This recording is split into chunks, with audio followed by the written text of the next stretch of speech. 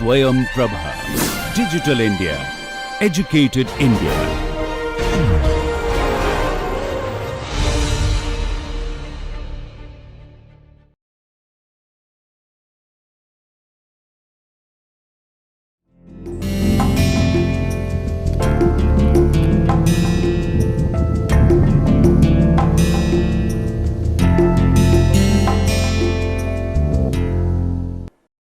नमस्कार, मैं श्रेष्ठ एक बार फिर से आप सभी का इस लेक्चर सीरीज़ में स्वागत करता हूँ। इस लेक्चर सीरीज़ में हम लोगों ने ऑर्गेनाइजेशनल बिहेवियर से संबंधित जो टॉपिक्स हैं उनके बारे में विस्तृत रूप से चर्चा की और हम लोगों ने इन लेक्चर्स में लास्ट के लेक्चर से लीडरशिप का जो कॉन्सेप्ट है ऑर्गेनाइजेशंस में उसके बारे में अपने डिस्कशन को स्टार्ट किया।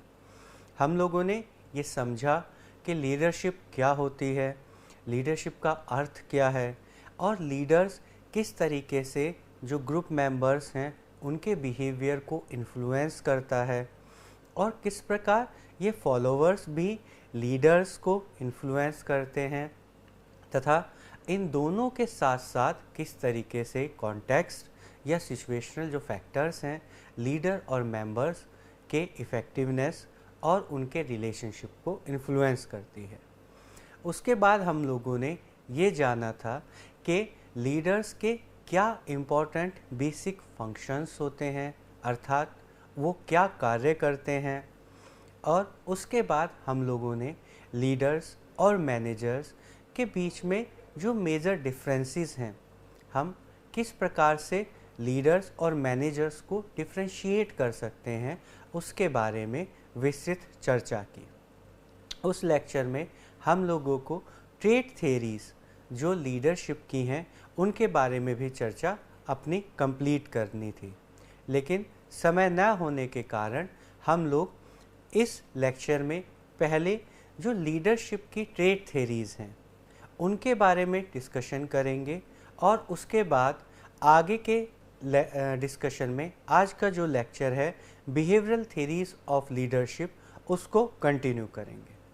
तो इस लेक्चर की शुरुआत हम लोग सबसे पहले जो लीडरशिप की ट्रेट थेरीज़ हैं वो लीडरशिप को किस प्रकार डिफ़ाइन करती हैं और किस प्रकार से लीडर्स को समझने में और लीडर्स के फंक्शंस को समझने में हमारी मदद करती हैं उसके बारे में चर्चा शुरू करते हैं। तो यदि हम लोग अपने इस डिस्कशन को कॉमन डिस्कशन की तरह डिस्कस करें तो आप देखेंगे कि जब आप लीडर्स के बारे में बात करते हैं, आप कहें कि वो कौन है, वो लीडर है, तो आप उससे कहते हैं कि उसके अंदर ये स्पेसिफिक क्वालिटीज़ हैं, ये गुण हैं, इसलिए वो लीडर है। उसके अंदर ये कैरेक्टरिस्टिक्स हैं, इसलिए वो लीडर है। यदि उसके अंदर ये कैरेक्टरिस्टिक या ये गुण नहीं होता तो वो लीडर नहीं होता। ये जो ट्रेट थ्योरी है ये इसी कॉन्सेप्ट पर बिलीव करती है। ट्रेट थ्योरी का मानना है कि व्यक्तियों के अंदर कुछ इनबॉर्न क्वालिटीज़ या आप कहिए कैरेक्टरिस्टिक्स होते हैं, ट्रेट्स होते हैं, और जिन व्यक्तियों के अंदर ये ट्रेट्स होते हैं वही आगे चलकर इफ़ेक्टिवली लीडरशिप का जो रोल है उसे फुलफ़िल कर सकते हैं। तो चूँकि ये थ्योरी इनबॉर्न ट्रेट्स पर ट्रस्ट करती है, बिलीव करती है, फोकस करती है, इसीलिए इसका नाम ट्रेट थ्योरी या शील गुण सिद्धांत कहा जाता है। यहाँ पर ऑडवे टीड और बर्नार्ड कॉमनली इस जो पर्सपेक्टिव है इसको इनिशिएट करने वाले या इस पर फोकस करने वाले या इस पर बिलीव करने वाले जो दो स्कॉलर्स हैं इन्हें माना जाता है। यहाँ पर ये जो ट्रेट थ्योरी है ये किस तरीके से वर्क करती है, जैसे great man theory. Great man theory क्या कहती है कि व्यक्तियों के अंदर कोई ग्रेटनेस होती है और वो जो ग्रेट लोग होते हैं वही लीडर्स की तरह वर्क करते हैं। तो जैसे ग्रेट मैन थ्योरी वैसे ही ट्रेट थ्योरी कि एक स्पेसिफिक ग्रेटनेस की कैरेक्टरिस्टिक है, एक स्पेसिफिक गुण है, और वो जो गुण है वही निर्धारित कर रहा है कि जो व्यक्ति है ये लीडर की तरह फंक्शन करेगा, लीडरशिप के रोल में फिट होगा, एक अच्छा इफेक्टिव लीडर बनेगा या नहीं बनेगा। यहाँ पर लीडर्स को इनबॉर्न माना गया कि जो लीडर्स हैं वो बॉर्न है, आप उन्हें बना नहीं सकते। अर्थात अगर उस व्यक्ति के अंदर वो क्वालिटीज़ हैं तो वो एज ए लीडर वर्क करेगा, अगर उसके अंदर नहीं है तो हम डेवलपमेंट, ट्रेनिंग के माध्यम से उसके अंदर ये जो गुण हैं, ये जो क्वालिटीज़ हैं, इनकॉर्पोरेट नहीं कर सकते हैं। उसके बाद चूँकि ये एक ट्रेट्स के बारे में ट्रस्ट कर रहा है, तो ये क्या कह रहा है, जिसके अंदर ट्रेट होंगे वो लीडर होगा, जिसके अंदर ट्रेट नहीं होगा वो नॉन लीडर होगा। तो ये लीडर्स और नॉन लीडर्स की जो एक स्पेसिफिक दो कैटेगरीज हैं उन्हें अज्यूम करके आपके सामने रखता है, लीडर्स और नॉन लीडर्स। अगर क्वालिटी हुई, गुण हुआ तो लीडर, अगर नहीं हुआ तो नॉन लीडर। इस तरीके से हम इस पूरे के पूरे ग्रुप को, मेंबर्स को डिस्ट्रीब्यूट कर सकते हैं। उसके बाद चूँकि ट्रेट थ्योरी किस पे ट्रस्ट करती है, इन बॉर्न क्वालिटीज़ के ऊपर, तो वो ट्रेनिंग का जो रोल है लीडरशिप में उसे डिनाई करती है।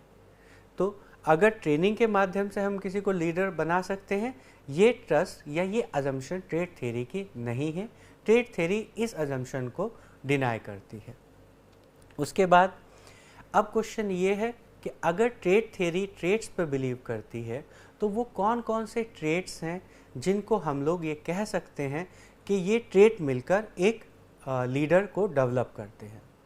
तो यहाँ पर हम लोगों ने कुछ जो बेसिक ट्रेट्स हैं उन्हें कंपाइल किया है, जो ये इंश्योर करते हैं या ट्रेट थ्योरी कहती है कि इन ट्रेट्स का होना लीडर्स के अंदर अत्यंत आवश्यक है। तो उसमें जो पहला ट्रेट है वो है एबिलिटी टू मेक डिसीजंस। अर्थात एक व्यक्ति के अंदर डिसीज़न लेने की जो कैपेसिटी है, जो उसके अंदर ट्रेट है, वो होना चाहिए। उसी के बाद वो व्यक्ति एक लीडर की तरह डेवलप हो सकता है।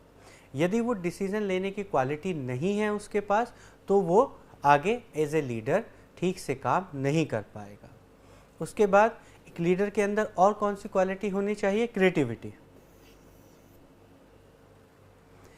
क्रिएटिविटी, वो किस तरह की प्रॉब्लम्स को किस तरह के नए इनोवेटिव क्रिएटिव आइडियाज़ से समझता है और उन क्रिएटिव आइडियाज़ से किस तरीके से उन प्रॉब्लम्स को सॉल्व करता है, ये गुण एक लीडर के अंदर निहित होना चाहिए। उसके बाद उसके अंदर जो नेक्स्ट गुण होना चाहिए वो है पावर टू इन्फ्लुएंस।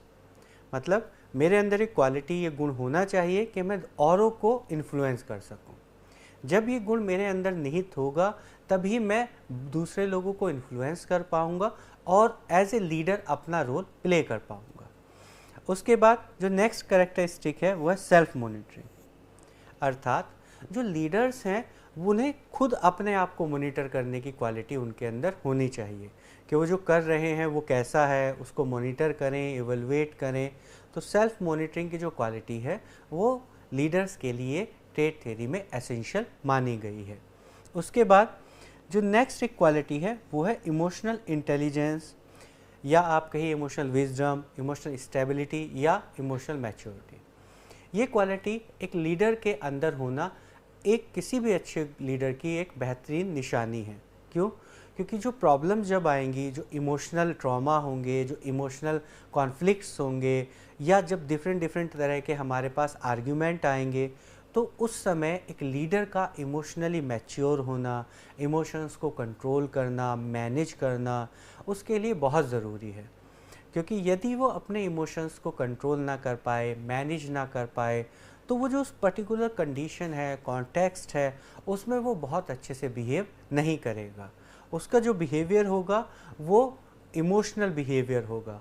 तो कई बार पॉसिबिलिटी है कि वो जो बिहेवियर है और जो उस ग्रुप का या ऑर्गेनाइजेशन का जो गोल है उससे इनलाइन ना करे, डिफरेंट हो जाए। मैंने इमोशंस में कुछ ऐसा काम किया या ऐसी कोई डायरेक्शन दे दी जिससे वो जो पूरा का पूरा ग्रुप है वो डिसॉल्व हो गया या उस ग्रुप को कुछ हार्म हो गया। तो अपने इमोशंस को कंट्रोल करना, इमोशनली मैच्योर रहना, ये एक लीडर के लिए एक one of the important characteristic है। उसके बाद इंटेलिजेंस।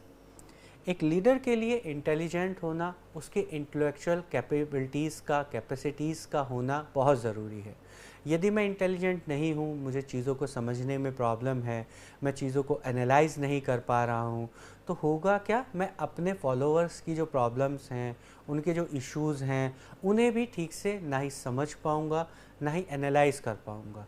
तो जो प्रॉब्लम लेके मेरे पास फॉलोअर्स आ रहे हैं, मैं उनका सॉल्यूशन प्रपोज नहीं कर पाऊँगा। तो इंटेलिजेंस जो हमारे एक ट्रेट है, हमारे लीडर्स के लिए एक बहुत महत्वपूर्ण ट्रेट है। उसके बाद एक्स्ट्रावर्जन और ओपननेस टू एक्सपीरियंस। ये दोनों ऐसे ट्रेट हैं जो एक लीडर के लिए ज़रूरी हैं। क्यों? क्योंकि जो लीडर है उसको मैक्सिमम इंटरेक्ट करना है, किसके साथ? नई चीज़ों के साथ, बाकी ग्रुप मेंबर्स के साथ। तो यदि मुझे बाकी ग्रुप मेंबर्स के साथ इंटरेक्ट करने में, बातचीत करने में, इन्फॉर्मेशन देने में, लेने में झिझक है, मुझे अच्छा नहीं लगता है, तो क्या होगा, मैं जो अपना रोल है, क्योंकि जो लीडरशिप का रोल है एक सोशल रोल की तरह है, जहाँ पर आपके लिए ये बहुत इम्पोर्टेंट है कि वो बाकी लोगों से आप कम्युनिकेट करें, इंटरेक्ट करें।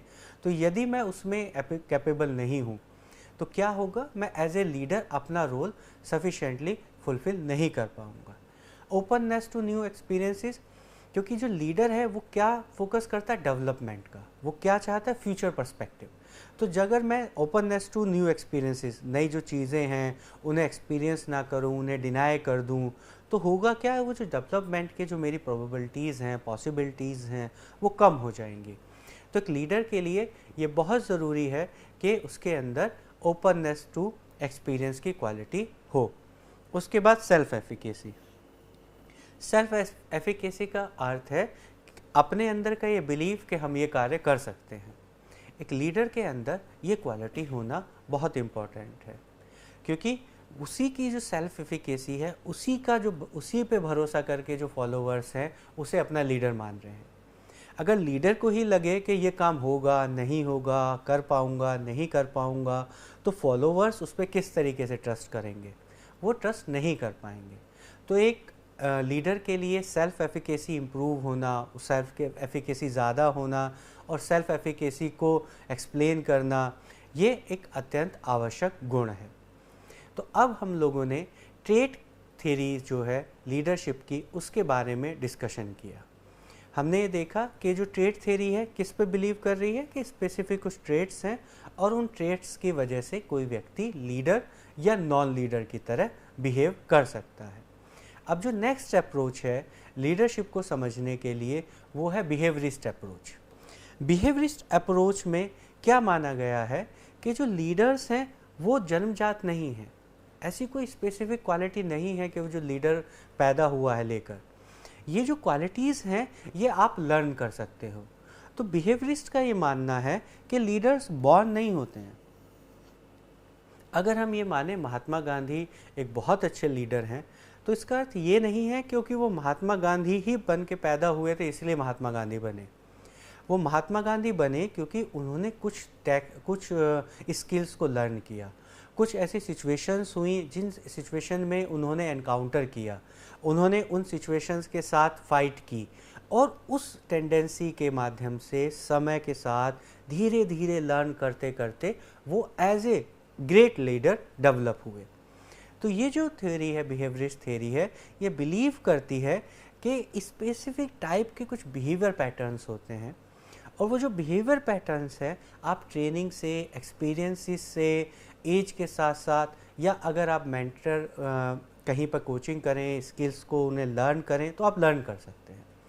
तो ये एक मेजर डिफरेंस है बिहेवियरिस्ट में और ट्रेट थ्योरी में। ट्रेट थ्योरी एक स्पेसिफिक ट्रेट के साथ आप जन्म लिए हैं और उन्हीं स्पेसिफिक ट्रेट के कारण आप लीडर हैं।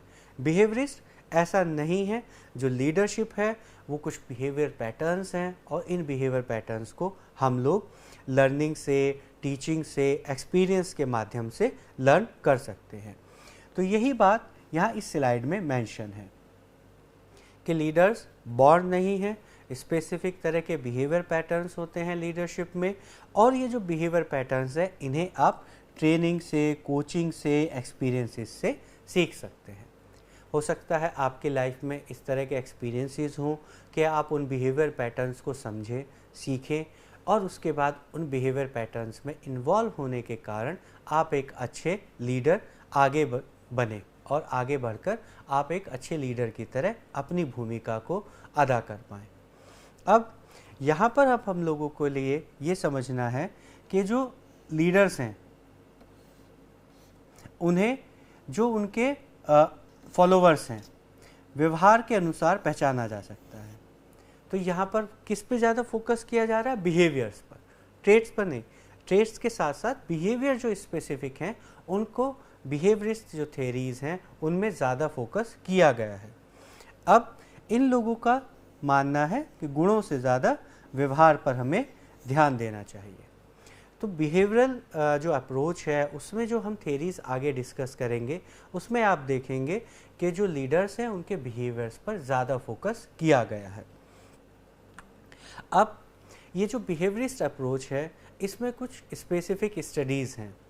अब हम लोग आगे उन स्पेसिफिक स्टडीज़ के बारे में अपने इस डिस्कशन को कंटिन्यू करेंगे। तो बिहेवियरिस्ट जो अप्रोच है उसमें जो पहला एक स्टडी है वो है आयो लीडरशिप स्टडीज़।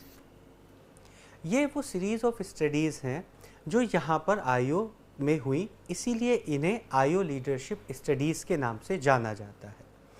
ये जो स्टडीज़ हैं इनको करने के लिए रोनाल्ड और वाइट, इन दोनों ने, ये दो स्कॉलर्स थे, इन लोगों ने कर्ट लेविन के गाइडेंस में यूनिवर्सिटी ऑफ आयो में ये स्टडीज़ की और इन स्टडीज़ के माध्यम से इन लोगों ने जो बिहेवियरिस्ट अप्रोच है, जो बिहेवियरल पर्सपेक्टिव है लीडरशिप का, उसे ऑरिजिनेट करने में और उसे डेवलप करने में, इस्टेब्लिश करने में आगे अपना योगदान दिया।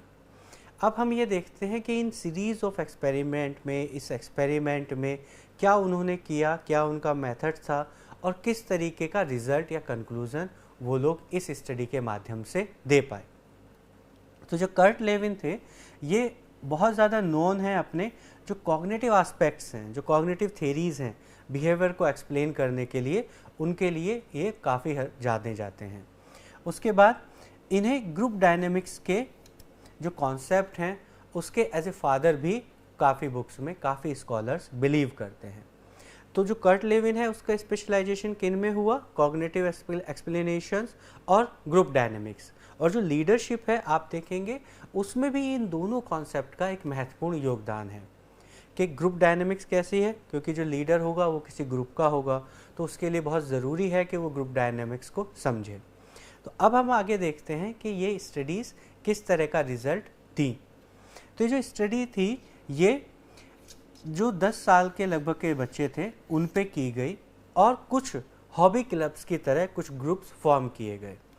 तो हम लोगों ने कुछ क्लब फॉर्म किए हॉबी क्लब्स की तरह 10 साल के बच्चों के, और उन्हें जो ग्रुप्स थे उन्हें 3 डिफरेंट तरह के जो लीडरशिप की स्टाइल है वहाँ पर उनके उन डिफरेंट लीडरशिप की लीडरशिप स्टाइल के साथ उनको इंटरेक्ट करने का मौका मिला। अर्थात एक ग्रुप में एक अलग तरह की लीडरशिप स्टाइल, दूसरे ग्रुप में दूसरे तरह की लीडरशिप स्टाइल, तीसरे ग्रुप में तीसरे तरह की लीडरशिप स्टाइल। और उन्होंने ये जानने का प्रयास किया कि क्या इन डिफरेंट लीडरशिप की स्टाइल का इन लोगों के एग्रेशन पर प्रभाव पड़ता है या नहीं पड़ता है, यही किस तरीके से ये लीडरशिप की स्टाइल व्यक्तियों के व्यवहार को प्रभावित करती है। तो उन्होंने जो 3 डिफरेंट तरह की लीडरशिप की स्टाइल ली उसमें पहली थी सत्तावादी, दूसरी लोकतांत्रिक, तीसरी लेज़र फेयर। ये 3 डिफरेंट तरह की लीडरशिप की स्टाइल हैं जिनके 3 डिफरेंट तरह के बिहेवियर पैटर्न्स हैं।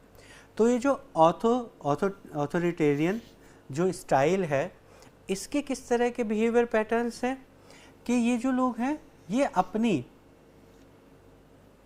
कंट्रोल की जो पावर है उसे एक्सरसाइज करना प्रेफर करते हैं। जो लीडर है उसके पास एक पावर होती है कि वो अपने फॉलोअर्स या ग्रुप के बाकी जो मेंबर्स हैं उनको कंट्रोल कर सके। तो इस तरह की लीडरशिप स्टाइल में ये लोग कंट्रोल की जो पावर है उसे ज़्यादा इम्प्लीमेंट या एक्सरसाइज करते हैं। उसके बाद ये लोग किस में बिलीव करते हैं? ओबीडियंस में, कि जो फॉलोवर्स हैं वो कैसा कार्य करें जैसा लीडर कह रहा है। तो इस प्रकार की जो लीडरशिप होती है उसे हम ऑथोरिटेरियन या सत्तावादी लीडरशिप स्टाइल कहते हैं। उसके बाद सेकंड है डेमोक्रेटिक। डेमोक्रेटिक जो स्टाइल है वो किस तरह की होती है? People oriented. पीपल ओरिएंटेड का क्या अर्थ है कि हम यहाँ पर पावर पर नहीं, पीपल पे ज़्यादा फोकस करेंगे। दूसरा, ये किस पे ज़्यादा फोकस करती है? ग्रुप कोहेसिवनेस पर, कि जो ग्रुप है उसके अंदर कोहेसिवनेस हो, वो मिलजुल कर काम करे। उसके बाद ये और किस पर फोकस करती है? पार्टिसिपेटिव डिसीजन मेकिंग पर, कि वो जो डिसीज़न मेकिंग है, जब डिसीज़न लिए जाएं ग्रुप के बिहाफ पर या जैसा आगे ऑब्जेक्टिव्स हैं, तो उसमें जो डिसीज़न मेकिंग हो वो पार्टिसिपेटिव हो। और जो फिर नेक्स्ट है वो किस पे बिलीव करती है? लैक ऑफ पैशन, इनिशिएशन का एब्सेंस और गाइडेंस या डायरेक्शन का एब्सेंस। अर्थात यहाँ पर ये जो स्टाइल है इसमें काफ़ी हद तक ऐसे ही छोड़ दिया जाता है, बहुत ज़्यादा डायरेक्ट, बहुत ज़्यादा गाइड नहीं किया जाता है। तो इस स्टडी में आगे ये देखा गया कि इन तीनों अलग अलग जो स्टडीज़ लीडरशिप की स्टाइल हैं, इसका ये जो ग्रुप मेंबर्स हैं इनके व्यवहार पर क्या प्रभाव पड़ा। तो जो इन स्टडीज़ का मेन पर्पस था, जैसा हमने डिस्कस किया कि जो एग्रेसिव बिहेवियर है उस पर क्या प्रभाव किया, ये इन स्टडीज़ का मेन पर्पस था। तो इन्होंने पाया कंक्लूज़न में कि ये जो मेंबर्स हैं जो ऑटोक्रेटिक लीडरशिप स्टाइल के थे, इन्होंने जो एग्रेशन है उसे दो तरीके से या दो डिफरेंट कैटेगरीज में शो किया। या तो वो बहुत ज़्यादा एग्रेसिवली शो किए, बहुत ज़्यादा एग्रेशन बढ़ा, या उनके अंदर एपैथेटिकली उन्होंने बिहेवियर शो किया। तो यहाँ पे क्या हुआ कि जो सेकंड वाली कंडीशन है, ये भी ऐसा नहीं था कि इनके अंदर एग्रेशन डेवलप नहीं हुआ, इनके अंदर भी एग्रेशन डेवलप हुआ, लेकिन ये जो सेकंड टाइप ऑफ रिएक्शन था इसने एग्रेसिव बिहेवियर एक पर्टिकुलर कॉन्टेक्स्ट तक शो नहीं किया। लेकिन जैसे ही वो जो लीडर्स थे वो गए बाहर या उन्हें कॉन्टेक्स्ट मिला, तो उनका जो एग्रेशन था ये आउटबर्स्ट हुआ, अर्थात फूट पड़ा। तो या तो जो इस ग्रुप के मेंबर्स थे उन्होंने एग्रेशन तभी शो कर दिया, एग्रेशन उनका बढ़ गया, लेकिन जो लोग थे जिनका एग्रेशन तभी शो नहीं हुआ, तभी रिफ्लेक्ट नहीं हुआ, वो ग्रुप भी एक जब कॉन्टेक्स्ट मिला या जब उन्हें एक उस कॉन्टेक्स्ट में जहाँ पे लीडर्स नहीं थे, उनका जो एग्रेशन था वो और ज़्यादा बढ़कर सामने दिखाई दिया। उसके बाद जो लेज़ी फेयर ग्रुप था ये भी एग्रेसिव बिहेवियर में एंगेज होता दिखाई दिया। क्यों? क्योंकि इसने देखा कि वो जो लीडर्स हैं वो इंटरेक्ट नहीं कर रहे हैं, पूरा फ्री है, कुछ इन्वॉल्वमेंट नहीं है, तो उनका भी जो एग्रेशन था वो ज़्यादा शो ऑफ हुआ। उसके बाद ये जो डेमोक्रेटिक वाला ग्रुप था, इसने समहाउ ये जो दो ग्रुप्स थे इनके बीच में एक बैलेंस जैसा एग्रेशन शो हुआ। तो यहाँ पर इनकी स्टडीज़ से हम समहाउ ये रिज़ल्ट या ये कंक्लूज़न ड्रॉ कर सकते हैं कि जो डेमोक्रेटिक लीडरशिप स्टाइल है इसके जो परफॉर्मेंस पे जो आउटकम है, जो परफॉर्मेंस पे इसके रिज़ल्ट्स हैं, वो समहाउ बाकी की जो दो लीडरशिप स्टाइल हैं उनसे ज़्यादा पॉजिटिव या डिज़ायरेबल जो इफ़ेक्ट हैं वो हम लोग प्राप्त कर सकते हैं। तो यहाँ पर हम लोगों ने अब आईओ स्टडी का क्या प्रोसेस था, उसमें क्या किया गया और उससे जो रिज़ल्ट मिला उसका क्या कंक्लूज़न हुआ, वो हम लोगों ने यहाँ पर डिस्कस किया। आईओ स्टडीज़ को कंप्लीट करने के बाद अब हम जो लोग नेक्स्ट स्टडी डिस्कस कर रहे हैं वो है ओहियो स्टेट लीडरशिप स्टडीज़।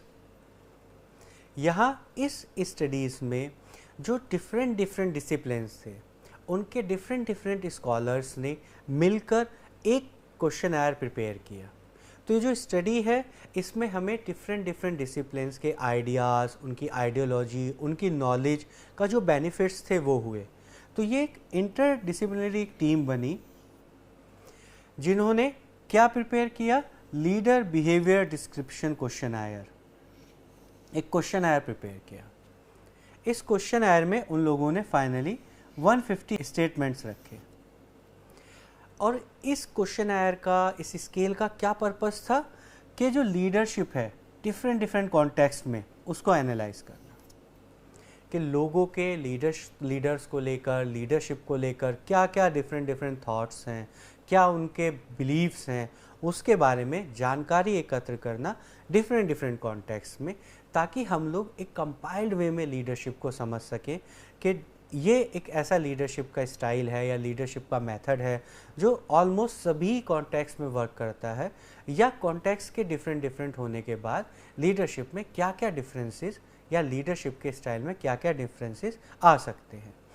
तो इन्होंने एयरफोर्स कमांडर्स पे, बॉम्बर्स पर, सिविलियंस पर, नेवी डिपार्टमेंट, मैन्युफैक्चरिंग के सुपरवाइजर्स पर, एग्जीक्यूटिव्स पर, इन सभी पर डेटा कलेक्ट किया। और इस डेटा को कलेक्ट करने के बाद जब उन्होंने डेटा को एनालाइज किया तो उन्होंने देखा कि हमारे यहाँ पर बहुत सारे डिफरेंट बिहेवियरल पैटर्न्स इमर्ज हुए लीडरशिप के लिए। बहुत सारे डिफरेंट पैटर्न्स हैं और वो छोटे छोटे सब सेक्शंस की तरह इमर्ज हुए। तो उन्होंने इन बहुत सारे जो डिफरेंट सब सेक्शंस थे उन्हें कंपाइल किया और इन सब को कंपाइल करके दो जो मेजर कैटेगरीज थी उनमें कंप्लीट कर दिया। और वो जो दो मेजर कैटेगरीज हैं वो कौन कौन सी हैं? इनिशिएटिंग, स्ट्रक्चर और कंसिडरेशन। तो बहुत ही सिंपल अगर हम इन शॉर्ट ये समझे तो हमने एक क्वेश्चनर डेवलप किया, उसमें कुछ आइटम्स थे, उसको लेकर हमने बहुत सारा डेटा कलेक्ट किया। वो जो डेटा हमारे पास आया उसका हमने एनालिसिस किया। एनालिसिस में हमने देखा बहुत सारे छोटे छोटे बिहेवियर पैटर्न्स हैं जो किसको प्रभावित कर रहे हैं, लीडरशिप की परफॉर्मेंस को प्रभावित कर रहे हैं, लीडरशिप को प्रभावित कर रहे हैं। अब हमने इन सभी जो छोटे छोटे बिहेवियर पैटर्न्स थे इनको दो मेजर कैटेगरी में कैटेगराइज कर दिया। अब ये जो दो मेजर कैटेगरीज हैं इनका लीडरशिप में क्या महत्व है, लीडरशिप के परफॉर्मेंस पे क्या महत्व है और किस प्रकार ये दोनों जो कैटेगरीज हैं हमें लीडरशिप को समझने में हेल्प करती हैं। अब हम आगे इस डिस्कशन को कंटिन्यू करते हैं। तो ये जो दो मेजर कैटेगरी हैं, इनिशिएटिंग, स्ट्रक्चर और कंसिडरेशन। अब हम लोग आगे ये समझते हैं कि लीडरशिप की इनिशिएटिंग स्ट्रक्चर इसका क्या अर्थ है तथा कंसिडरेशन इसका क्या अर्थ है। तो ये जो पहली है इनिशिएटिंग स्ट्रक्चर, इनिशिएटिंग स्ट्रक्चर का क्या अर्थ होता है कि स्ट्रक्चर मतलब एक एनवायरमेंटल फैक्टर या defined structure, defined role, responsibilities. क्या आपको स्ट्रक्चरली ये पता है कि अब आपको क्या करना है? जैसे हम सुबह ये एक स्पेसिफिक डे का स्ट्रक्चर प्रिपेयर कर लें कि सुबह 9 बजे से लेकर 10 बजे तक ये रोल्स हैं, ये रेस्पॉन्सिबिलिटीज़ हैं, 10 से 11 ये हैं, 11 से 12 ये हैं, आपके पास ये रिसोर्सेज हैं, इनका उपयोग करते हुए आप ये ऑब्जेक्टिव पूरा करेंगे। तो टेक्निकली ये एक स्ट्रक्चर्ड वे में जो प्लानिंग का कॉन्सेप्ट है उसे इनिशिएट करने में ट्रस्ट करते हैं। तो जैसा कि यहाँ लिखा भी गया है कि ये लोग स्ट्रक्चर को प्रेफर करते हैं, ये लीडर्स। और रोल्स एंड मेंबर्स का जो रोल है उसे डिफाइन करते हैं ताकि वो जो गोल्स हैं उन्हें हम अकम्प्लिश कर सकें। तो गोल्स ये भी अकम्प्लिश करने का फोकस कर रहे हैं, लेकिन जो इनका स्टाइल है, वे ऑफ अकम्प्लिशिंग गोल, वो डिफरेंट है। ए और किस में ज़्यादा बिलीव करते हैं? Assignment of specific task. किसको ज़्यादा प्रेफर कर रहे हैं कि एक व्यक्ति के पास स्पेसिफिकली जो एक टास्क है वो असाइन किया जाए, हर स्पेसिफिक टास्क के लिए अलग अलग असाइंड व्यक्ति हों। उसके बाद डिसाइड करते हैं डेफिनेट स्टैंडर्ड और बिहेवियर, अर्थात कि आपको कम से कम इस स्टैंडर्ड का बिहेवियर परफॉर्मेंस करना है। मैंने प्लानिंग की 9 से 10, आपको ये करना है, तो 9 से 10 मुझे कितना कम से कम काम कंप्लीट कर लेना है। ये लोग उस तरह के स्ट्रक्चर पर ज़्यादा प्रेफरेंस करते हैं, ज़्यादा फोकस करते हैं। उसके बाद ये लोग और किस चीज़ पे फोकस करते हैं कि जो टास्क है या जो गोल है जो हमने बनाया है वो कैसा हो, वो उस टास्क को जो डिफरेंट डेडलाइंस हमने दी हैं उन डेडलाइंस के अकॉर्डिंगली हम लोग उस टास्क को कंप्लीट कर सकें। तो तो ये लोग डेडलाइन में उस काम को करने का प्रेफरेंस ज़्यादा रखते हैं। तो ये किस तरह की लीडरशिप स्टाइल हुई? Initiating structure. जो सेकंड अब हमारे पास बची वो कौन सी बची? कंसिडरेशन। यहाँ कंसिडरेशन का अर्थ है जो मेरे ग्रुप मेंबर्स हैं, जो मेरे एम्प्लॉयज़ हैं, मैं उनको कितना कंसिडर कर रहा हूँ, मैं कितना पीपल ओरिएंटेड हूँ, मैं कितना एम्प्लॉय ओरिएंटेड हूँ। तो ये जो कंसिडरेशन है इसमें हम लोग एम्प्लॉयज़ के बारे में सोचते हैं, उनका विचार जानते हैं, उनके बारे में फोकस करते हैं, तथा हम लोग किस पे बिलीव करते हैं? म्यूचुअल ट्रस्ट, कि एम्प्लॉयज़ के लीडर और जो फॉलोवर्स हैं उनके बीच में कैसा ट्रस्ट है, कैसा ट्रस्ट का एनवायरनमेंट है। उसके साथ साथ ये लोग किस पर बिलीव करते हैं? शेयरिंग आइडियाज़, कि जो एम्प्लॉयज़ हैं वो भी अपने आइडियाज़ को शेयर करें, डिस्कस करें, और हम लोग जो एम्प्लॉयज़ के आइडियाज़ हैं उन्हें रेस्पेक्ट करें, तथा हमारा जो बिहेवियर हो वो कैसा हो? फ्रेंडली हो, हेल्पफुल हो, और हम उनकी फीलिंग्स को समझें और उनकी फीलिंग्स को एप्रीहेंड करें और उन्हें एप्रिसिएशन दें। तो ये दो जो कैटेगरीज़ हैं लीडरशिप स्टाइल की, इनकी फंक्शनिंग समहाउ कम्प्लीटली डिफरेंट है। जहाँ हम पहले में स्ट्रक्चर पे ज़्यादा फोकस कर रहे हैं, वहाँ पर हम सेकेंड में जो एम्प्लॉयज़ हैं हमारा फोकस उनकी वेलबींग, उनकी तरफ है। तो अब जब ये स्टडीज़ हुई तो उसके बाद हम लोगों ने ये देखा कि ऐसा कोई बहुत फिक्स रिज़ल्ट नहीं आया कि ये जो कंसिडरेशन है ये बहुत इम्पॉर्टेंट है, या जो इनिशिएटिंग स्ट्रक्चर का जो स्टाइल है ये बहुत ज़्यादा इम्पॉर्टेंट है। लेकिन जो हमारे पास डिफरेंट रिसर्चेज हुई इन आइडियाज़ को लेकर, उनका एक मिक्स रिज़ल्ट हमें मिला। तो इसका अर्थ हुआ कि डिफरेंट कॉन्टेक्स्ट, डिफरेंट कंडीशंस भी इन्फ्लुएंस करती हैं कि किस तरह की लीडरशिप की स्टाइल को हमें इनकॉर्पोरेट करना चाहिए। लेकिन समहाउ कुछ स्टडीज़ में क्या पाया गया कि इनिशिएटिंग स्ट्रक्चर प्रोडक्टिविटी से रिलेटेड है कुछ हद तक, जबकि जो कंसिडरेशन का जो स्टाइल है वो किस चीज़ को ज़्यादा प्रमोट कर रहा है, उसके किस तरह के ज़्यादा आउटकम आ रहे हैं? सेटिस्फैक्शन, मोटिवेशन एम्प्लॉयज़ में, कि जो एम्प्लॉयज़ हैं वो बहुत ज़्यादा सेटिस्फाइड फील कर रहे हैं, जो एम्प्लॉयज़ हैं बहुत ज़्यादा मोटिवेशन फील कर रहे हैं, तथा उनके अंदर जो लीडर है उसको लेकर जो रेस्पेक्ट है वो ज़्यादा डेवलप हो रही है। तो इन दोनों डिफरेंट लीडरशिप स्टाइल का डिफरेंट आउटकम पॉसिबल है।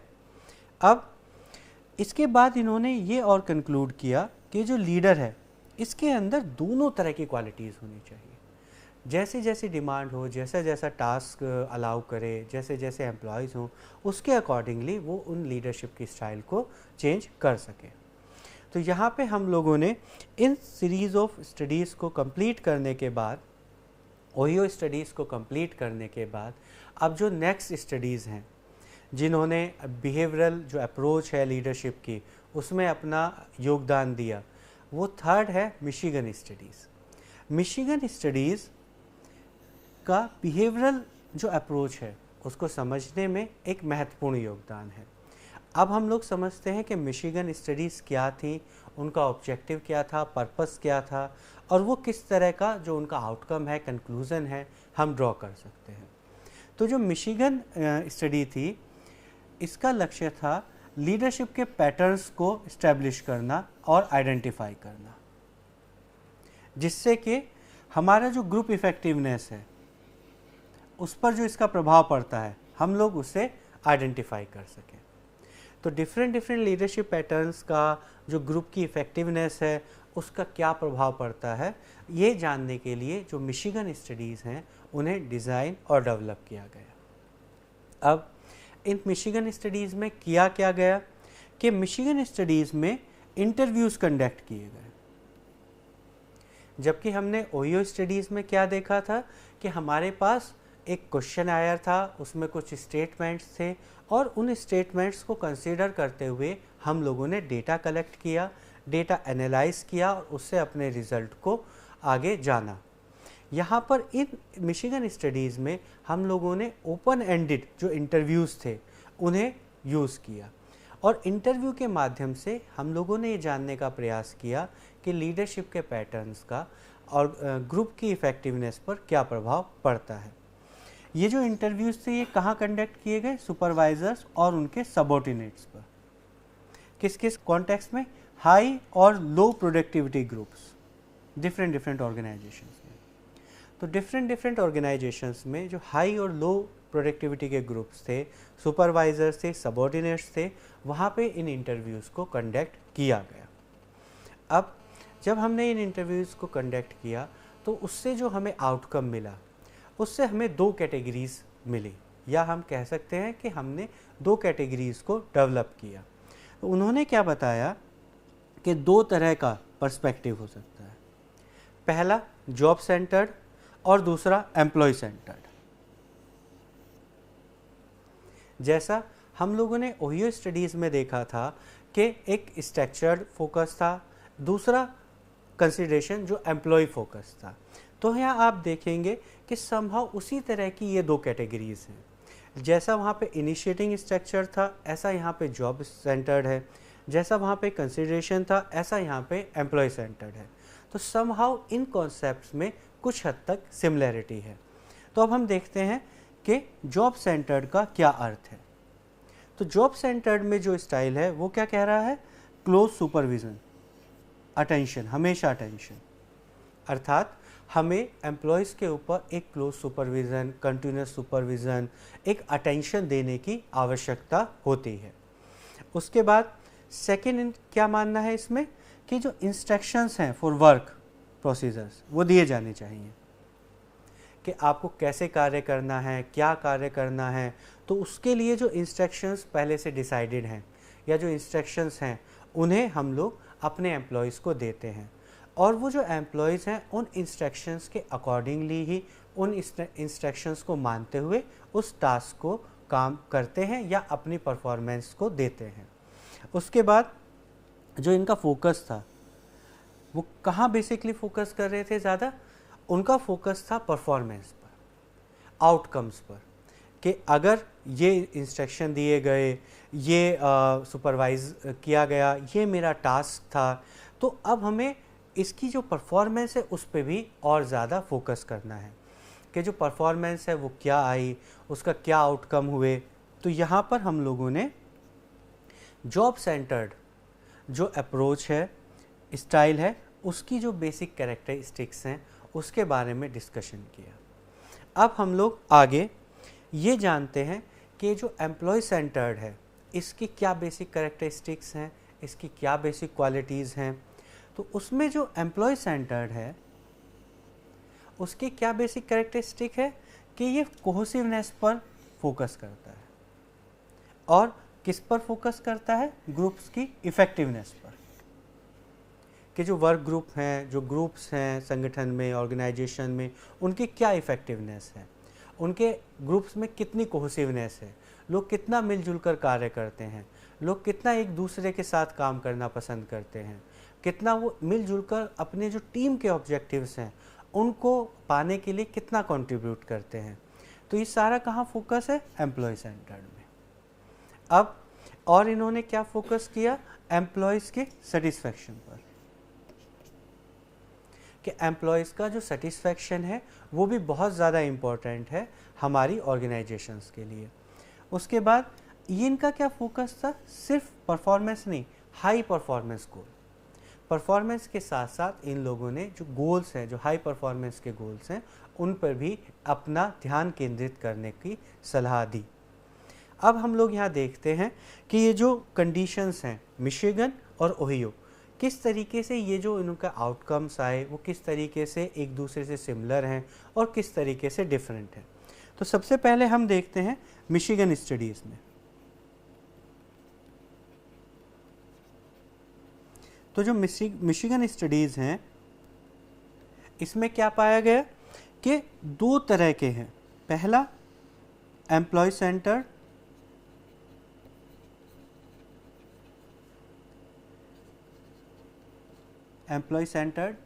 दूसरा किस तरीके का है हमारे पास? Job centred.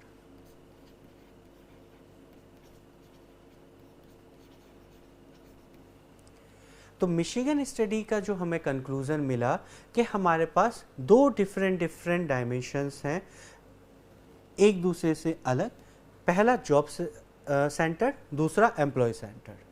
अब जो हमारे पास इसके जो कंट्रोल का फिनोमिना है वो कैसा होगा कि देखिए, जब हम लोग जॉब सेंटर से और एम्प्लॉय सेंटर की तरफ जाएंगे तो जो कंट्रोल होगा, जो कंट्रोल का मैग्नीट्यूड होगा वो कैसा होता चला जाएगा, कम होता चला जाएगा, लेस कंट्रोल।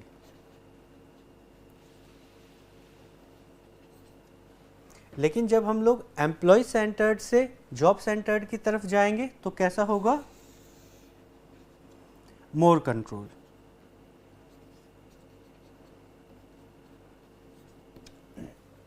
ये किसका कंक्लूजन है, मिशिगन स्टडीज़ का कंक्लूजन, जिसमें उन्होंने 2 डायमेंशंस बताए और ये बताया कि किस तरीके से इस कंटिन्यूम पे जो कंट्रोल है या कंट्रोल लीडरशिप का जो कंट्रोल है वो किस तरीके से वेरी करता है। अब हम वापस एक बार देखते हैं ओहियो स्टडीज़ का कंक्लूजन। तो ओहियो स्टडीज़ में जो कंक्लूजन था वो कैसा था, इन्होंने 2 डायमेंशंस बताए थे अलग अलग। पहला कंसिडरेशन, तो कंसिडरेशन कैसा हो सकता है, लो और हाई। तो हमारे पास लो कंसिडरेशन हो सकता है एक डोमेन, दूसरा हाई कंसिडरेशन।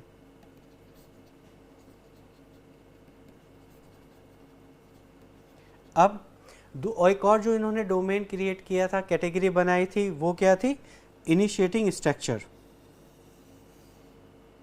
तो इसकी भी 2 कंडीशंस हो सकती हैं, एक लो इनिशिएटिंग स्ट्रक्चर और दूसरा हाई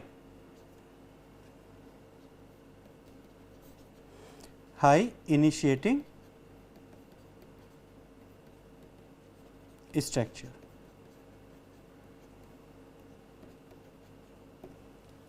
तो यहाँ हम लोग एक ओवरलुक में, एक व्यू में, एक ग्लांस में दोनों जो स्टडीज़ हैं ओहियो और मिशिगन, इनका क्या आउटकम है, क्या कंक्लूज़न है और किस तरीके से इन दोनों स्टडीज़ ने लीडरशिप के कॉन्सेप्ट और लीडरशिप की स्टाइल के बारे में क्या अपने व्यूज़ दिए, हम लोग यहाँ पर आसानी से समझ सकते हैं। तो अब हम लोग इन दोनों स्टडीज़ को कंप्लीट करने के बाद जो आगे बिहेवियरिस्ट की जो थेरीज़ हैं उनके डिस्कशन को कंटिन्यू करते हैं। तो इन दोनों थेरीज़ के बाद जो नेक्स्ट थेरी है बिहेवियरिस्ट की थ्योरी, वो है लीडरशिप ग्रिड। इस थ्योरी में, इस अप्रोच में क्या बताया गया कि हमें अगर लीडरशिप को समझना है तो उसके लिए हमें इसको एक ग्रिड के माध्यम से समझना होगा। यदि हम ग्रिड के माध्यम से इसे समझेंगे तो हम आसानी से लीडरशिप की स्टाइल और लीडरशिप के कॉन्सेप्ट को समझ सकते हैं। ये बेसिकली पहले मैनेजरियल ग्रिड के नाम से ही इसको प्रपोज किया गया और ये जो मैनेजरियल ग्रिड है इसके कॉन्सेप्ट को ब्लेक और माउंटोन ने प्रपोज किया। यहाँ मैनेजरियल ग्रिड के कॉन्सेप्ट में जो मेजर फोकस है वो है कि हमारे पास जो डिफरेंट डोमेन है वो सिर्फ स्पेसिफिक डोमेन नहीं है, वो एक कंटिन्यूम पे हैं। तो वो कंटिन्यूम्स के जो डिफरेंट पॉइंट्स हैं उनको हमें समझते हुए लीडरशिप के स्टाइल को समझने की ज़रूरत होगी। तो उन्होंने कहा कि जो लीडरशिप की स्टाइल हैं इनके मूल्यांकन के लिए हमें एक टूल बनाना होगा और ये जो टूल है ये हमें क्या हेल्प करे, जो एक बेस्ट या आइडियल स्टाइल ऑफ बिहेवियर है, लीडरशिप का पैटर्न है, उससे जानने, उसकी तरफ बढ़ने और उसे ओन करने में हमारी हेल्प करे। तो लीडरशिप ग्रिड के कॉन्सेप्ट को अब आगे समझने के लिए हम लोग पहले उस कॉन्सेप्ट को समझते हैं कि किस तरीके से ये जो लीडरशिप ग्रिड का बेसिक कॉन्सेप्ट है किस तरीके से रिप्रेजेंट होता है। अब हम लोग आगे डिटेल में ये जो मैनेजरियल ग्रिड है इसके बारे में डिस्कस करेंगे और समझेंगे कि इसके और क्या क्या डोमेन होंगे और उन डोमेन्स के माध्यम से हम लोग किस तरीके से डिफरेंट जो लीडरशिप की स्टाइल हैं उनको समझेंगे और किन किन फैक्टर्स की वजह से या किन किन कॉन्टेक्स्ट में, किन किन फैक्टर्स में वो कौन कौन सी डिफरेंट डिफरेंट लीडरशिप की स्टाइल्स हैं जो बेस्ट सूट करेंगी, बेस्ट अप्रोप्रिएट होंगी, वो हम लोग आगे डिस्कस करेंगे। तो ये जो नेक्स्ट हमारे पास कॉलम बनेगा ये होगा, पहले हम लोगों ने एक डोमेन बनाया प्रोडक्शन के लिए और जो दूसरा डोमेन बनाया हमने पीपल के लिए, अर्थात कंसर्न यहाँ पर होगा कंसर्न प्रोडक्शन के लिए। जैसे जैसे वो बढ़ता जाएगा तो कंसर्न प्रोडक्शन के लिए बढ़ता चला जाएगा उस डोमेन में, और जो दूसरा कॉलम है उसमें क्या कंसर्न है पीपल के लिए। तो जैसे जैसे वो अप होता चला जाएगा वैसे वैसे जो कंसर्न है पीपल के लिए वो हाई होता चला जाएगा। तो यहाँ पर होगा लो प्रोडक्शन के टर्म में और हाई प्रोडक्शन के टर्म में। इसी तरीके से पीपल के टर्म में लो पीपल ओरिएंटेशन के टर्म में और हाई पीपल ओरिएंटेशन के टर्म में। अब हम लोग इसे 9 डिफरेंट ब्लॉक्स में डिवाइड कर सकते हैं। तो उन्होंने कहा कि यहाँ पे फॉर एग्जांपल 1 2 3 4 5 6 7 8 9, अगर ये कंटिन्यूम है तो ऊपर भी इसी तरह का कंटिन्यूम होगा। यहाँ होगा 1 2 3 4 5 6 7 8 9। अब यदि मैं यहाँ से ये लाइन ड्रॉ करूँ और इसी तरीके से अगर मैं इस पूरी ग्रिड को डेवलप करता चला जाऊँ तो मैं देखूँगा कि मेरे पास एक स्पेसिफिक तरह के ब्लॉक्स बनते चले जाएंगे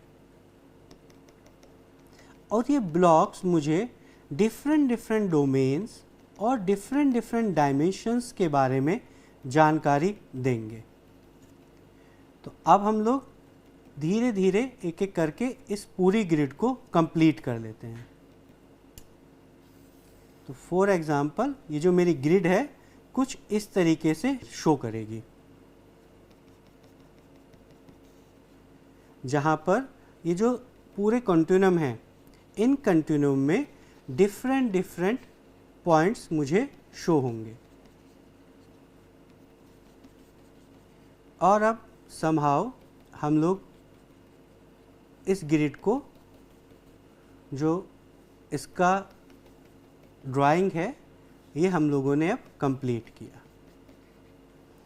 तो अब अगर हम देखेंगे ध्यान से तो आप देखेंगे कि यदि हम इस 1 और यहाँ 1, तो ये एक मैट्रिक्स की तरह डेवलप हुआ, जहाँ पे ये जो पहली मैट्रिक है जहाँ पे मैंने रेड ड्रॉ किया है ये क्या शो कर रही है 1 1।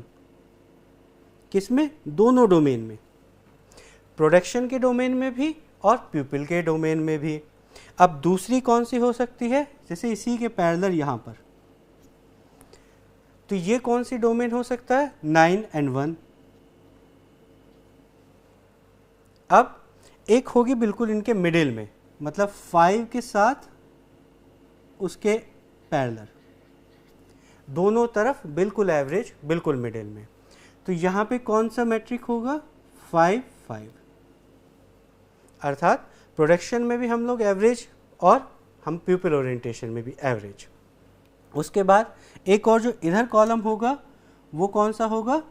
9 9, दोनों में हाई। उसके बाद यहाँ पर जो पहला होगा वो होगा 1 9।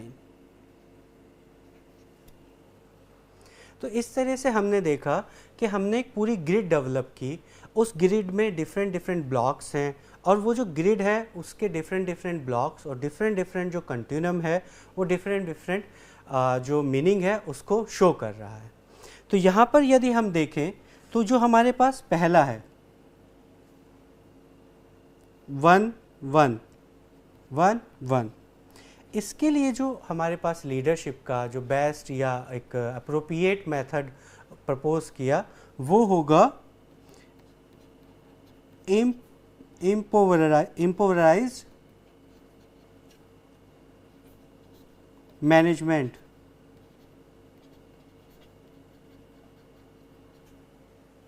इम्पोवराइज्ड मैनेजमेंट पहले के लिए जब दोनों डोमेन में हमारे पास जो लो के सबसे क्लोजेस्ट हैं वो दोनों पॉइंट्स हैं 1 1 यहाँ पर, तो इस कंडीशन में क्या हम के लिए हमारे लिए बेस्ट होगा ये मेथड।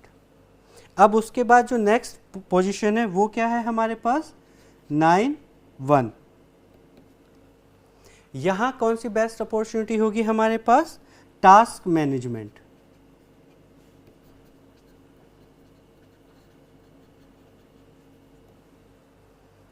अब हम लोग आगे बढ़ेंगे तो हमारे पास अब आगे क्या आएगा 1 9।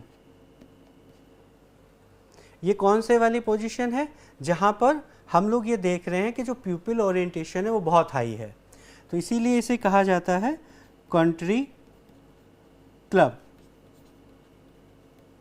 जैसा कि पहले वाले में जो किस पे ज़्यादा फोकस ज़्यादा था, यहाँ पर 9 1 पर प्रोडक्शन पे ज़्यादा फोकस था, प्यूपिल ओरिएंटेशन पे फोकस कम था। यहाँ पर 1 9 में क्या है इसका उल्टा हो गया, यहाँ पर प्यूपिल पे ओरिएंटेशन ज़्यादा, प्रोडक्शन पर कम। उसके बाद जो हमारे पास एक और है वो है 9 9। यहाँ पर हमारे पास क्या अपॉर्चुनिटी है, तो यहाँ पर जो होगा टीम मैनेजमेंट।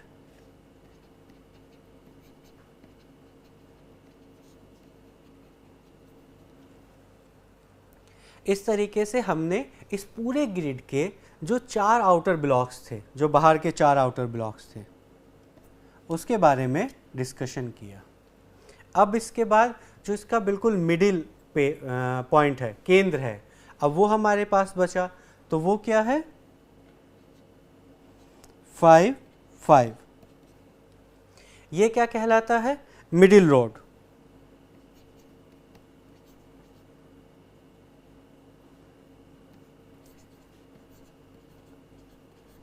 मिडिल रोड का क्या अर्थ हुआ कि हम ना ही तो बहुत ज़्यादा प्यूपिल ओरिएंटेड होंगे, ना ही हम बहुत ज़्यादा प्रोडक्शन ओरिएंटेड होंगे। हम लोगों का फोकस किस पे होगा, हम लोगों का फोकस होगा मिडिल वे या middle style of a leadership पर। तो आज के इस लेक्चर में हम लोगों ने क्या शुरू किया था, सबसे पहले ट्रेड थ्योरीज। ट्रेड थ्योरीज में हम लोगों ने क्या डिस्कशन किया कि जो ट्रेड थ्योरी है ये क्या बिलीव करती है कि हमारे पास कुछ इनबॉर्न क्वालिटीज़ होती हैं और जो लीडरशिप है वो उन इनबॉर्न क्वालिटीज़ का एक आउट प्रोडक्ट है या आप कहिए एक रिजल्ट है। ट्रेड थ्योरी के अगेंस्ट में आप कहिए या उसके क्रिटिसिज्म के फॉर्मेट में जो एक new way of discussion leadership के लिए इमर्ज हुआ वो हुआ बिहेवियरिस्ट थ्योरीज। बिहेवियरिस्ट थ्योरीज में हम लोगों ने क्या माना, हमने माना कि जो लीडरशिप है वो कोई एक इनबॉर्न कोई इंसिडेंस नहीं है कि व्यक्ति एक इनबॉर्न क्वालिटीज़ लेकर पैदा होता है और वही व्यक्ति लीडर बन सकता है जिसके अंदर वो क्वालिटीज़ हों। बिहेवियरिस्ट अप्रोच ने फोकस किया कि जो लीडरशिप है वो एक बिहेवियरल पैटर्न है, उनका फोकस ट्रेड्स से ज़्यादा लीडरशिप स्टाइल और बिहेवियर पैटर्न पर था। और उन्होंने इस्टेब्लिश किया कि जो व्यक्ति है यदि वो चाहे तो ट्रेनिंग के माध्यम से, कोचिंग के माध्यम से, एक्सपीरियंसेस के माध्यम से जो लीडरशिप के डिफरेंट बिहेवियर पैटर्न्स हैं उन्हें लर्न कर सकता है और आगे चलकर एक अच्छा लीडर बन सकता है। बिहेवियरिस्ट अप्रोच में जो मेजर स्टडीज़ हुई, हमने पहले आईओ स्टडी के बारे में पढ़ा, उसके बाद हम लोगों ने ओहियो स्टडीज़ के बारे में डिस्कशन किया, देखा कि ओहियो स्टडीज़ में किस तरीके से लीडरशिप की जो कॉन्सेप्ट्स है उसे स्टडी किया गया और किस तरीके से उन कॉन्सेप्ट को कंसीडर करते हुए हम लोगों ने 2 मेजर कैटेगरीज डेवलप की, जिसमें एक इनिशिएटिंग स्ट्रक्चर और दूसरा कंसिडरेशन था। उसके बाद हम लोगों ने जो नेक्स्ट स्टडी थी मिशिगन स्टडीज़ के बारे में डिस्कशन किया और देखा कि मिशिगन स्टडीज़ ने इंटरव्यूज़ को यूज़ करते हुए लीडरशिप के कॉन्सेप्ट को समझने का प्रयास किया और उन्होंने जॉब ओरिएंटेड और एम्प्लॉय ओरिएंटेड दो तरीके से लीडरशिप के स्टाइल को आगे डिस्कस किया। बिहेवियरिस्ट अप्रोच में हम लोगों ने आगे मैनेजरल ग्रिड के कॉन्सेप्ट और जो मैनेजरल ग्रिड का कॉन्सेप्ट लीडरशिप के ग्रिड के कॉन्सेप्ट की भांति आगे डेवलप हुआ, उसके बारे में डिस्कशन किया और देखा कि किस तरीके से ये जो हमारा लीडरशिप ग्रिड का कॉन्सेप्ट है हमें लीडरशिप के कॉन्सेप्ट को समझने में हेल्प करता है। हमें ये हेल्प करता है कि हमें किन किन कंडीशंस में किस किस तरह के लीडरशिप के बिहेवियरल स्टाइल या बिहेवियरल पैटर्न्स को यूज़ करना चाहिए, किस कंडीशन में किस तरह का बिहेवियरल पैटर्न अप्रोप्रिएट होगा। इसके बारे में हम लोगों ने लीडरशिप ग्रिड के कॉन्सेप्ट के माध्यम से अपने डिस्कशन को बढ़ाया। तो आज हम लोग यहाँ पर ट्रेड थ्योरी के कॉन्सेप्ट को और जो बिहेवियरल अप्रोच थ्योरीज़ हैं लीडरशिप का कॉन्सेप्ट उसको कंप्लीट कर रहे हैं। लेकिन इसका अर्थ यह नहीं है कि लीडरशिप का जो कॉन्सेप्ट है वो यहाँ पर कंप्लीट हो गया है। लीडरशिप की और बहुत सारी थ्योरीज़ अभी बाकी हैं जिन्हें हम लोग आगे आने वाले लेक्चर्स में डिस्कस करेंगे और देखेंगे कि किस तरीके से वो जो थ्योरीज़ हैं वो ट्रेड थ्योरीज़ से और बिहेवियरल थ्योरीज़ से डिफरेंट है और वो किस तरीके से न्यू नॉलेज लीडरशिप के कॉन्सेप्ट में ऐड ऑन करती हैं और क्या वो जो थ्योरीज़ हैं वो इन दोनों थ्योरीज़ से ज़्यादा इम्पॉर्टेंट है या हर थ्योरी का अपना अपना एक इम्पोर्टेंस है और डिफरेंट कॉन्टेक्स्ट में हम लोग डिफरेंट थ्योरीज़ को यूटिलाइज़ करते हुए लीडरशिप के कॉन्सेप्ट को समझ सकते हैं और अपनी ऑर्गेनाइजेशन में लीडरशिप के कॉन्सेप्ट को यूज़ करते हुए अपनी ऑर्गेनाइजेशन के परफॉर्मेंस को, अपनी ऑर्गेनाइजेशंस में जो ग्रुप्स हैं उनकी परफॉर्मेंस को इम्प्रूव कर सकते हैं और अपनी ऑर्गेनाइजेशंस के जो ऑब्जेक्टिव्स हैं उनको अचीव करने में मदद ले सकते हैं। तो आज के इस लेक्चर में हम लोगों ने लीडरशिप के कॉन्सेप्ट को डिस्कस करते हुए आज के इस लेक्चर को समाप्त करते हैं। आज के इस लेक्चर में हमारे साथ जुड़े रहने के लिए आप सभी का बहुत बहुत धन्यवाद। आप सभी का दिन शुभ हो। Thank you.